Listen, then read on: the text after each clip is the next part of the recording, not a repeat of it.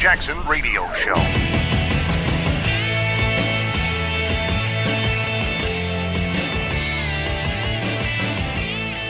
Welcome back, everybody. Kevin Jackson here. Funny story. Oh, my gosh. We got a funny one for you. KJRadio.com, 844-551-8255. But I got to tell you, funny story. So global climate change, as you guys, you know my stance on this, man. I mean, come on, y'all. This is a fraud. One of the biggest frauds perpetrated on the human race since the invention of currency. And that's all it took for somebody to go, yeah, we've all got the same money. Then somebody goes, I want more than you. I do more than you. And next thing you know, it's all greed. Before that, we just bartered. That's what we did. You wanted to get the horses shoed, and I needed to get, my shoes made. So we traded out. You were good with leather. I was good with metal. You name it. You were the doctor. I was, that's how it all worked. And so that, to me, that was the purest form of currency. Even though, I don't misunderstand me, the guy that's going to come clean your house isn't worth as much as the doctor, who's going to take care of your sick kid, keep him from getting scarlet fever or whatever. But I'm just telling you, that was when it was pure. But then we made money. And when we made money, then you had lazy leftists who, what? Do you know what they want to do? They want to determine how they can get your money the easiest way possible. And so you look throughout history, all the ways that they've scammed you. If there's a Ponzi scheme, don't misunderstand me. Conservatives can do some wretched things as well, but it's going to be generally a leftist who's doing wretched things.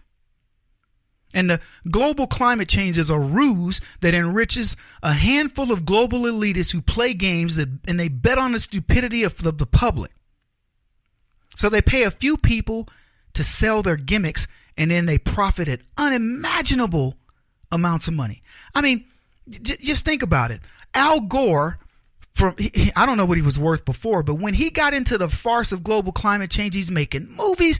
He owns a jet. I don't know if he owns a jet, but I know he flies around in a big fat jet. This guy's he sold out, what was it? I forget what it was called. I forget the name of the TV thing he sold, but he sold it to Al Jazeera for $100 million. So he probably had 50 in it, sold it for 100. So this dude's worth a fortune, and he did it on nothing. So I learned that one of their puppets got arrested. These global climate farce guys that I think they call him an expert, but he's like a global climate scientist. But there's a twist. And here's the story. The EPA's highest paid employee and a leading expert on climate change was sentenced to 32 months in federal prison for lying to his bosses. You're going to love this part. Said he was a CIA spy working in Pakistan so he could avoid doing his real job. Now, the guy's name is John Beals, and they called his crimes inexplicable, unbelievably egregious. Judge Ellen Hoovel said when she imposed his sentence in Washington, D.C. federal court. And Beal also agreed to pay $1.3 million in restitution and forfeiture to the government. That's a lot of coin. I don't know where the guy got the money, but you'll find out a little bit more. So here's the rest of the story. Beal said he was ashamed of his lies about working for the CIA, a ruse that, according to court records, began in 2000 and continued until early this year. Now, we're talking about, this is a 2017 story. So from 2000 to 2017, this guy who worked for the EPA said to his bosses, I'm with the CIA. Now, here's what he goes on to say. Why did I do this? Greed. Simple greed. And I'm ashamed of that greed, Bill told the court. He also said it was possible that he got a rush and a sense of excitement by telling people he worked for the CIA. And this is a quote. It was something like an addiction. Shocking to me, folks, that this bureaucrat called his job and the subterfuge of that job a rush.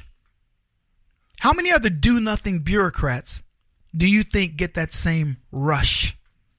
I told you guys a story of a warehouse so big with the government that they can't They couldn't get it.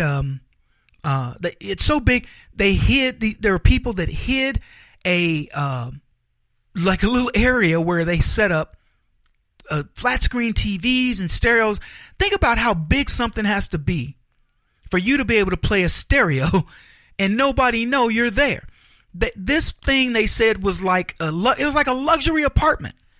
And they had just commandeered TV, stereos, computers, sofa, bed, you name it. It was an area that they just set up, and a handful of people knew about it, and that was that. This is going on in our government.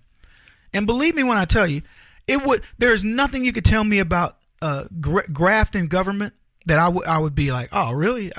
That's shocking. Everything to me is going to be like, well, yeah, okay. Anyway, the article continues. Bill pled guilty in September to bilking the government out of nearly $1 million in salary and other benefits over a decade. He perpetrated his fraud largely by get this. This is the part that got me. Failing to show up at the EPA for months at a time, including one 18-month stretch starting in June of 2011 when he did, quote, absolutely no work, as his lawyer acknowledged in a sentencing memo filed last week. When Hoover asked Bill what he was doing when he claimed he was working for the CIA, he said, I spent time exercising, spent a lot of time working on my house. Now, I want you to think about how easy things must have been in the Obama administration once you declared that global climate change was legit. How easy were things at that point? Unbelievable. What private sector job, let's just ask the question this way. What private sector job could you not show up to for 18 months, claim to be a CIA operative, and get paid? See, Obama laced the EPA with people willing to promote this false data of global climate change and milking the taxpayers, and that was it. This is just, I find this one of the most amazing stories. How do you not fire somebody in government when they've got a job and you say, look, Bill, or whatever his name was, you haven't been here in 18 months. It's like the dude that had the 100-pound testicle. At a pound, you think he's going to see the doctor, or somebody else is telling him to go see the doctor because you can see it through his pants. Okay? But they didn't. They didn't do it. Are you serious? I find this amazing. This is the inefficiency of our government that's going to let somebody run a ruse like this for 17 years, since 2000. God, what's this guy getting paid every year too, by the way? He's got to be making, 150 to 175 grand a year. He's the highest paid guy at the EPA. Maybe he didn't start that way, but he was at the end. There's so many things I want to know about this story. Seriously. I'm sure there's some curiosity here. What do you do? Anyway, short break. We'll be back.